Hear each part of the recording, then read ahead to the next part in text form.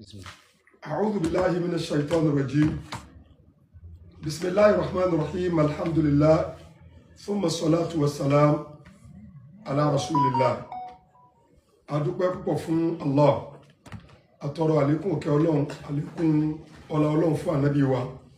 sallallahu alaihi wasallam àti àwọn sàhábà rẹ̀. Mo kí gbogbo àwọn ọmọ ìyá wa káàkiri àgbáńlá ayé pé a kú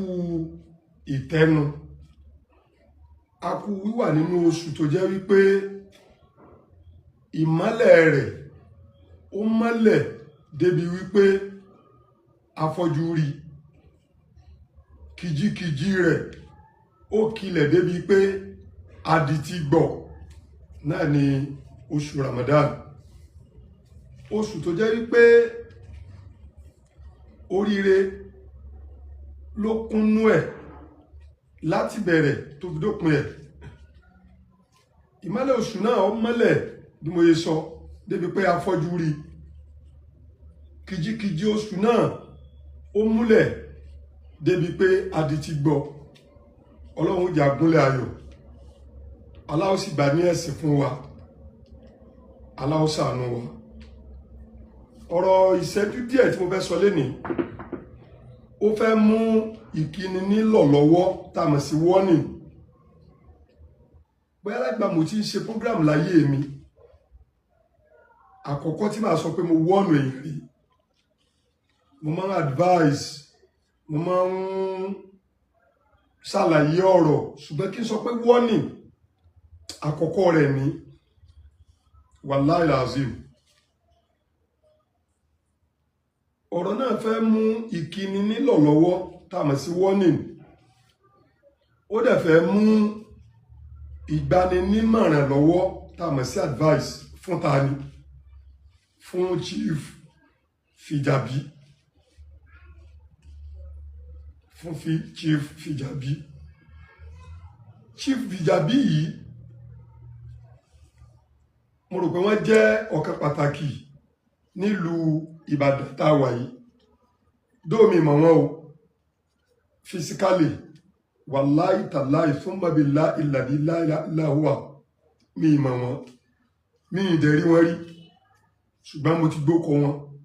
rí dáadáa. Gbogbo mo ti gbókọ wọn, mo gbókọ wọn lẹ́nu Alhaji Wasiu Ayinde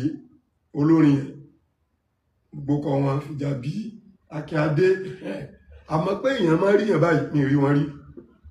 pé èèyàn máa ń pàdé èèyàn mi pàdé wọn rí, mi ì dẹ̀ mọ̀ wọn. Ṣùgbọ́n mo rí fídíò kan, àwọn èèyàn sẹ́ndẹ̀ sí mi, ó mà ní abroad. Chief Fijabi, Ọlọ́run dákun foríjì mi o, má jẹ́ lọ ṣèṣì pé wọ́n ní Alhaji o, dákun Ọlọ́run bá ń sọ ahọ́n mi kí n má ṣèṣì pé wọ́n ní Alhaji o.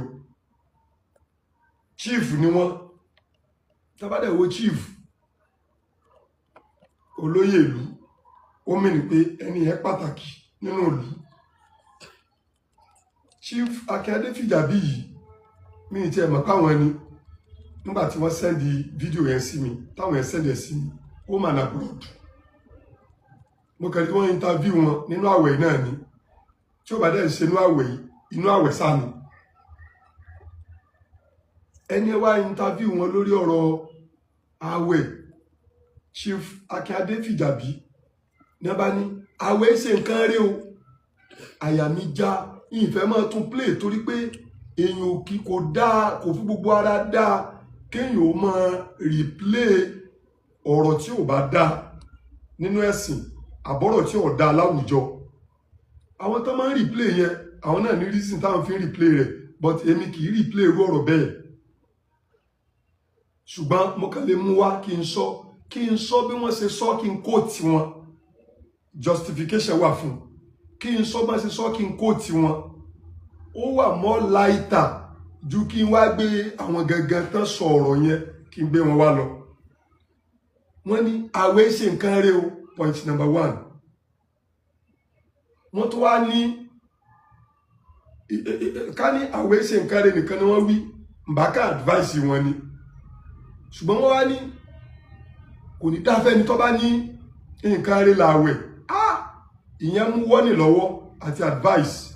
máa wọ́ọ̀nù wọn bẹ̀ yẹn máa dé advice wọn. Now Chief Fijabi gẹ́gẹ́ bí ẹ̀yin tẹ́ bá ń gbọ́ mi mo rò pé wọ́n jẹ́ èèyàn pàtàkì nílùú Ìbàdàn yìí èmi rò pé wọ́n jẹ́ èèyàn pàtàkì nílùú Ìbàdàn yìí nǹkan ọkàn tí mo dẹ̀ fi rò pé wọ́n jẹ́ èèyàn pàtàkì náà ni pé chief wà ní ọkọ̀ wọn Chief Fijabi Akínadé so ó túmọ̀ sí pé wọ́n pàtàkì nílùú Ìbàdàn yìí bí mo ṣe rò ní ìmọ̀ pé pàtàkì wọn kankan tèmi o ṣùgbọ́n mo rò pé n tẹ́ fún wọn ní chieftaincy a jẹ́ pé wọ́n pàtàkì nílùú Ìbàdàn yìí wọ́n wá sọ̀rọ̀ yẹn wọ́n ní awẹ́wó wọ́n sáré wọ́n disgusted vituperation mi ni kéèyàn àtàkì nǹkan kó wá jẹ́ pé lórí ìsọkúsọ ni vituperation ni wọ́n ń pè àkọ́kọ́ èèyàn àtàkì nǹkan yẹn èèyàn allege èèyàn accuse wrongly tí è ṣe bẹ́ẹ̀ ẹ wá jẹ́ kí n kọ́kọ́ mú advice wá fún Chief Akínadé Fijabi. Chief Akínadé Fijabi ìtọ́nà wọn bá sọ tó dẹ̀ jẹ́ wípé common sense náà sọ pé bẹ́ẹ̀ ni ó ní wípé you do not venture into what you don't understand. Ìtẹ́yìn ò bá mọ̀ kò dáa kéèyàn wà nípò pé wọ́n kàn ń lélẹ̀ mò ń kó láti sọ jáde lẹ́nu yín wípé àwẹ̀ ṣe nǹkan rẹ̀ mo mọ̀ pé ẹ gbọ́ ni olùjọ́dọ̀ àwọn àlùfáà lẹ ti gbọ́ olùjọ́dọ̀ àwọn ẹlẹ́bọ lẹ ti gbọ́ wọ́n lélẹ̀ ẹ̀kọ́ ni ẹ̀yin gẹ́gẹ́ bíi chief tí a bá lé nǹkan lẹ̀ tẹ́ ẹ bá ti ẹ̀kọ́ mo rò wípé n tó yẹ fún yín o ní pé kẹ́ ẹ lọ wádìí ẹ̀ lọ́dọ̀ àwọn tí wọ́n expert kò sẹ́ni tó ń fọ́ọ̀sì ẹnìkankan wípé báwa participate nínú Islam with or without you Islam remains Islam. Chief Akínadé with or without me Islam remains Islam. Therefore Islam ń ṣe ẹ̀sìn tí ẹ̀ fi máa ń ta yín tó bá jẹ́ wípé ẹlẹ́bọ bá ní yín mi ò ní sọ kankan because màá sọ pé that is what you are expected of. Ìgbà tó kọ́ sẹ́ndì fídíò yẹn sí mi honestly mo fọlọ́run tí mò ń gbàwẹ̀ fún èmi àtọmọ mi kan láwo a kàn let it go wípé àwọn kèfèrí yìí tó dé so tí kèfèrí bá ń bú ìrun tí kèfèrí ń bú àwẹ̀ ìṣínú ìjẹta yes thank you tí kèfèrí bá ń bú ìrun wa tí kèfèrí ń bú àwẹ̀ wa tí kèfèrí ń bú Mákà wa a ní sọ̀rọ̀ tá bá fẹ́ sọ̀rọ̀ á kàn máa fi ọ̀rọ̀ rẹ̀ lighten àwọn èèyàn wa ni ṣùgbọ́n ìyẹn lèmi fi rò tí mo fi let it go láti jẹta ọ̀rọ̀ tí ò dáa ni but mo rò pé ọ̀rọ̀ kì í pàtàkì tó ibi tọ́rọ̀ ti jáde tó bá yẹ pé kèfèrí ló bá mú Islam tó ń àtàkì ẹ̀ tó ń fẹnu bú tó ń gàn án bá a ṣe bá nìyẹn ọ̀tá ẹni kì í pa odò ọ̀yà ìyẹn ni ò jẹ́ kí n yà sí because mi ìmọ̀ Chief Akínadé Fijabi yìí I don't know him mo gbókọ wọn rí ni ibi tí mo sì gbókọ wọn kò é ṣe tí mo lè kólé kan pé I must know this person ẹnu olórin mo ti gbọ́ orúkọ wọn olórin tó lè kìyàn lónìí tí ó dẹ̀ di ọ̀la tí ó búyàn so yín tó lórin bá sọ olórin fújì olórin àpàlà olórin kìnnìkan olórin yín tó lórin bá sọ ìwọ̀nba ló ṣe gbára lé mọ́ ó lè làwa ó gbára lé mọ́ so ìgbígbókọ Chief Akínadé Fijabi lẹ́nu Wàsíù Àyìndé lẹ́nu Alhaji Wàsíù Àyìndé kò é ṣe ń tó lè ta mí lára pa pé this person I must know him ìyẹn ni ò jẹ́ mọ̀ wọ́n now tó bá jẹ́ pé àtijẹ́ta tí mo ti gbọ́rọ̀ yẹn tí n bá gbọ́ òru náà nìbá fèsì tí n bá mọ̀ pé ẹni tí ń jókòó mùsùlùmí ni yín but lúùkù yín kò jọ mùsùlùmí lójú tèmi ọ̀rọ̀ tó wá jáde lẹ́nu yín ó wá sọ̀dákọ̀ ó wá justify kí n wò pé lúùkù yín tí ọjọ́ mùsùlùmí ọ̀rọ̀ tó jáde lẹ́nu yín yẹn náà kódà mùsùlùmí ọlọ́bẹ̀ yóò gbọ́dọ̀ sọ kódà ẹni tó ẹsẹ̀ gba ìsìláàmù lónìí kò gbọdọ̀ sọ. Ìyẹn ni ò jẹ́ kí n ní nǹkan kan ṣe pẹ̀lú ọ̀rọ̀ yẹn. Ọ̀rọ̀ tí aláàjì astagfirullah Ọlọ́run dákun ṣàánú mi má jẹ́ n pè wọ́n lálàjì o. Ọ̀rọ̀ tí Chief Akin Adéfìjàbí sọ lúùkù wọn bí mo ṣe rí inú fídíò yẹn kò jọ lúùkù mùsùlùmí. Ọ̀rọ̀ tán wá sọ jáde lẹ́nu nípa Islam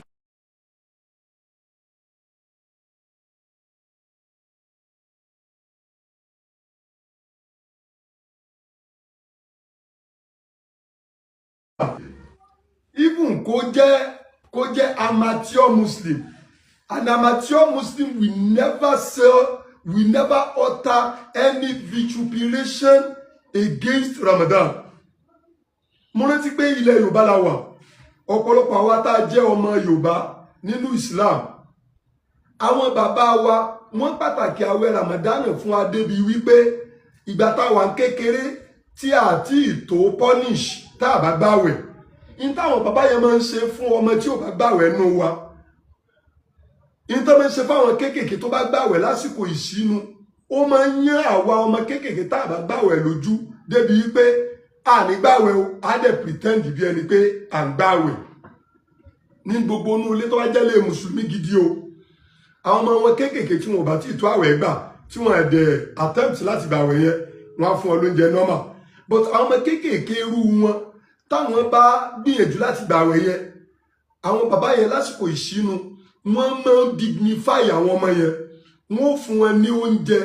tí àwọn ẹgbẹ́ wọn tí ó gbààwẹ̀ ó fi wò pé àwọn tí ó gbààwẹ̀ ó fi wò pé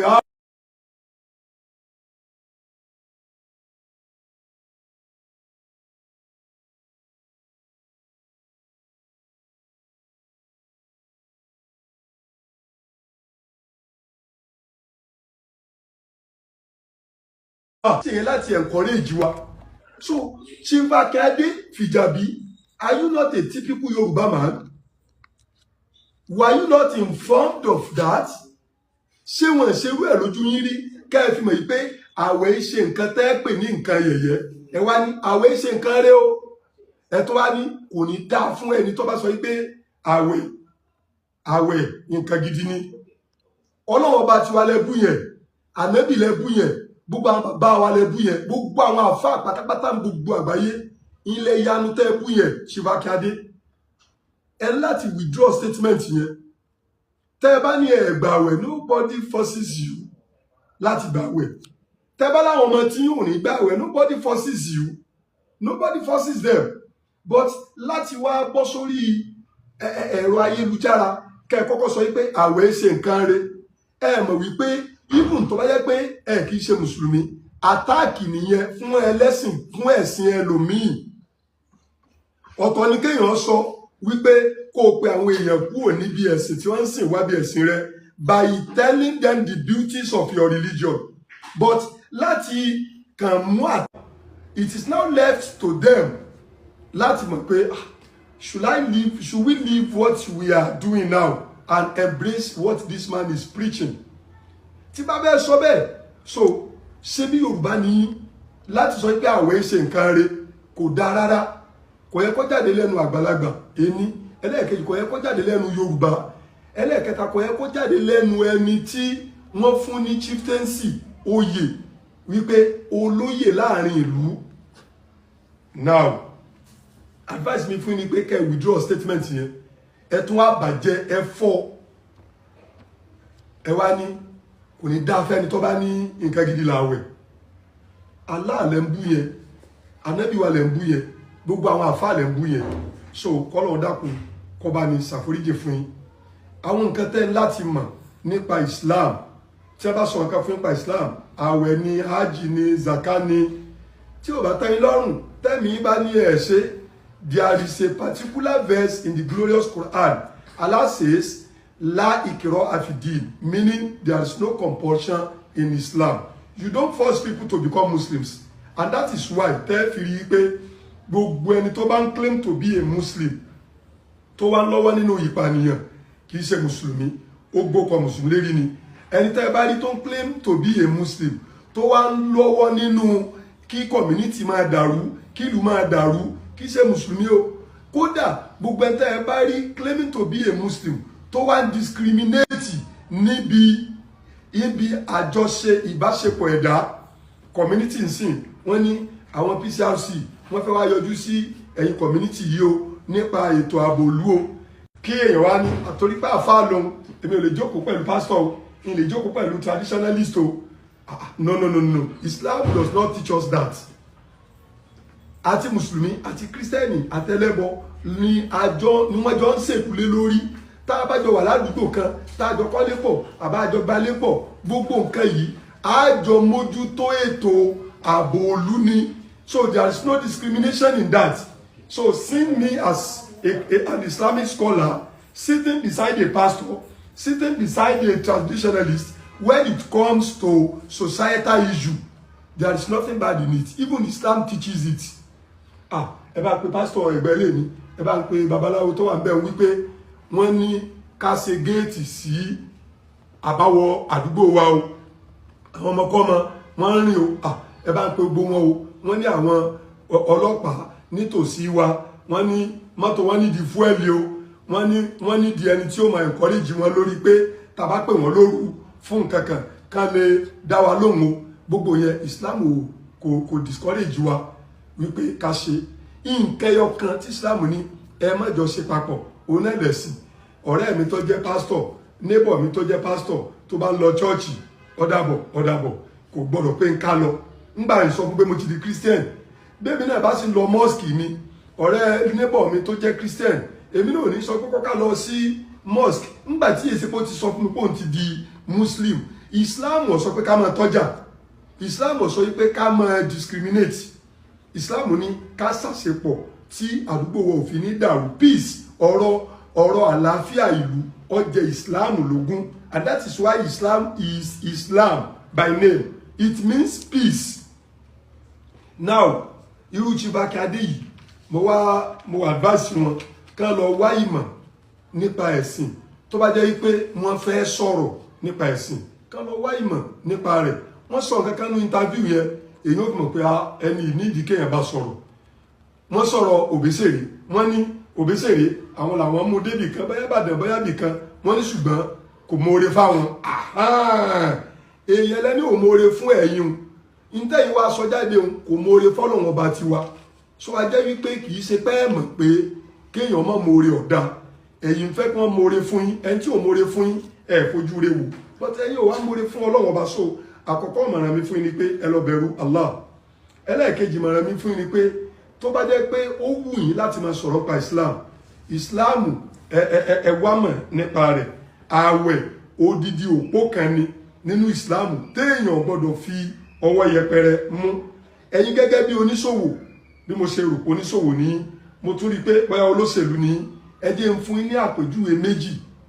ìkan nínú ọ̀rọ̀ ṣòwò ìkan nínú ọ̀rọ̀ ìṣèlú tẹ́gbọ̀n pé ń tẹ́ sọ nípa àwẹ̀ wa yẹn kò dáa rárá ẹjọ́ oníṣòwò ń sìn ẹ wá gba àwọn èèyàn síbi bísínẹ́sì yín ẹnìkan wá ẹ wá fẹ́ ṣe mítìnì pẹ̀lú àwọn tẹ́jọ́ ń ṣiṣẹ́ ẹnìkan wá náwó sókè pé chief ibi tí ẹ bá iṣẹ́ òwò dé yìí tẹ́ ẹ rówó dé yìí ó ti tó báwọn kẹ́ ẹ tó wá máa sọ pé ẹ tún fẹ́ tẹ̀síwájú pé wọ́n tún ta ọjà kan ní China ẹja lọ kó wá nǹkan tí ò dáa ni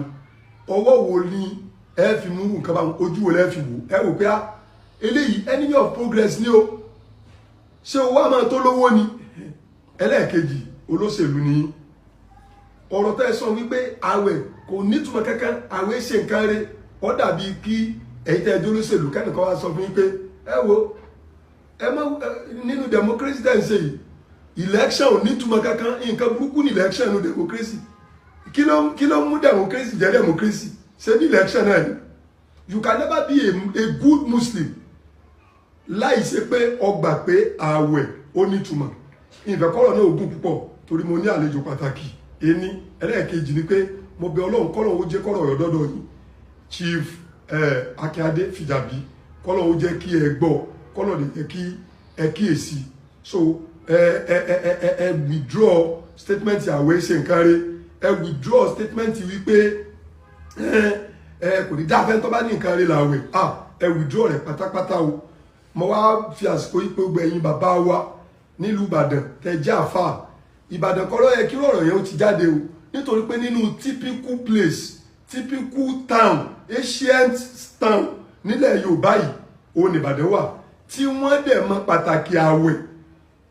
àwọn èèyàn mọ pàtàkì àwẹ̀ débi wípé wọ́n sponsor programs wọ́n fáwọn èèyàn lóúnjẹ irú ọ̀gá wa nísìnyí PCRC àsìkò àwẹ̀ yìí ẹ há oúnjẹ fún àwọn èèyàn abẹ́ ẹ há oúnjẹ ẹ há oúnjẹ nígbà Christmas ẹ há oúnjẹ nígbà àwẹ̀ náà ẹ há oúnjẹ mínì wípé kẹ́nìkan wá rọ́bìṣì irú iṣẹ́ tẹ̀ ń ṣe wàhálà tẹ̀ ń ṣe yẹn so láti rọ́bìṣì ẹ̀ kì í ṣe nǹkan rẹ̀ o so kí Ọlọ́run kó bá wa tún Chief Fìjàbí Ọlọ́run bá wa dá wọn padà sí ojú ọ̀nà dáadáa tó bá wá jẹ́ pé níparí Chief Akíade Fìjàbí tó bá jẹ́ pé ọ̀rọ̀ tẹ́ sọ yẹn ẹ kàn sọ lórí ahọ́n tẹ̀mí ni ẹ̀ you remain a Muslim but tó bá jẹ́ pé ọ̀rọ̀ tẹ́ sọ jáde lórí ahọ́n yẹn tó bá yẹ pé ẹ̀mí ni ẹ̀ tó yẹ pé it came out from the bottom of your heart wàláì tàláì fún mẹ́bí láì ẹ ní láti gba Islam padà ẹ ní láti padà sínú Islam but tó bá yẹ pé ẹ kàn sọ lórí ahọ́n bóyá ẹ wà overwhelmed ṣàpítà lómi bá tán bá ta kámẹ́rà sẹ́lómi lójú overwhelming máa ń wà yóò kàn máa sọ tí ọ̀yẹ́ kó sọ tó náà bá padà gbọ́ yóò wò pé nígbò mo sọ̀sọ́kúsọ yìí tó bá jẹ́ pé ó kàn jábọ́ lẹ́nu yín tó jẹ́ mere talking òun ni vituperation ni ọ̀rọ̀ tí ò dáa ni you remain a Muslim tó wáyé pé mùsùlùmí ni yín o by religion o ṣùgbọ́n tó wáyé pé mùsùlùmí ni yín by religion by birth tó wá jẹ́ pé ọ̀rọ̀ tẹ́ ẹ sọ jáde òun nípa àwẹ̀ yẹn tẹ́ ẹ bá mí ni ẹ lọ bá wọn àfà kí wọ́n wẹ̀ padà sí Islam wọ́n wẹ̀ padà sí Islam so ẹ̀yin bàbá wa àfà ẹ kíyèsí o irú àwọn báyìí kọ́ lèèyàn máa fi joyè ẹ̀sìn o n tá à ń sọ nìyẹn o ẹ kíyèsí o irú àwọn báyìí kọ́ lèèyàn máa fi joyè ẹ̀sìn o ẹ má jà gbọ́ lọ́la ń sìn pé